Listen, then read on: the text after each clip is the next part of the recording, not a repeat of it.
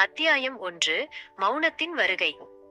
சென்னையின் அந்த பரபரப்பான மாலை நேரத்தில் மழை மேகங்கள் திரண்டு இருட்டத் தொடங்கியிருந்தது. ஆதித்யா தனது அலுவலகத்தின் கண்ணாடி ஜன்னல் வழியே வெளியே வேடிக்கை பார்த்து கொண்டிருந்தான். அவனது மேசையில் ஒரு புதிய ப்ராஜெக்ட் ஃபைல் இருந்தது. அதில் கையெழுத்திட வேண்டிய ஓவிய கலைஞரின் பெயர் மித்ரா ராகவன். அந்த பெயரை பார்த்த கணமே 5 வருடங்களாக அவன் பூட்டி வைத்திருந்த நினைவுகள் சிறகடிக்கத் தொடங்கின. சார், மித்ரா மேடம் வந்திருக்காங்க என்றான் உதவியாளன். கதவு திறக்கப்பட்டது. அதே நடை, அதே கண்கள். ஆனால் அந்த கண்களில் முன்பு இருந்த குறும்பு மறைந்து ஒருவித முதிர்ச்சியும் மௌனமும் குடியேறியிருந்தது. மித்ரா உள்ளே வந்தாள். ஆதியை பார்த்ததும் ஒரு நிமிடம் தடுமாறினாள். ஆனால் அடுத்த நொடியே அதை மறைத்து கொண்டு இயல்பாக அமர்ந்தாள். Hello mister Aditya, long time என்றாள் மித்ரா ஒரு அந்நியனை போல.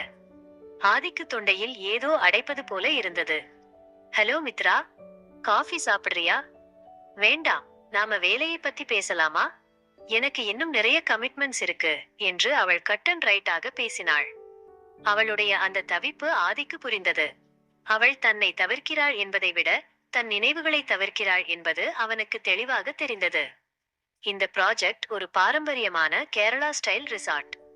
இதோட இன்டீரியர் ஓவியங்கள் எல்லாமே எமோஷனலா இருக்கணும்னு கிளையண்ட் எதிர்பார்க்கறாங்க. உன்னால முடியுமா என்று கேட்டான் ஆதி. மித்ரா அவனை நேராக பார்த்து, என் திறமை மேல உங்களுக்கு சந்தேகம் இருந்தா நீங்க வேற யாரையாவது பார்க்கலாம் என்றாள். நான் உன் திறமையை சந்தேகப்படல மித்ரா, உன் மனசை கேட்கிறேன் என்றான் ஆதி மெல்லிய குரலில். மித்ரா எழுந்து நின்றாள். வேலைன்னு வந்தா அங்க மனசுக்கு இடமில்ல ஆதித்யா. நாளைக்கு ஸ்கெட்சோட வரேன். அவள் விறுவிறுவென வெளியேறினாள்.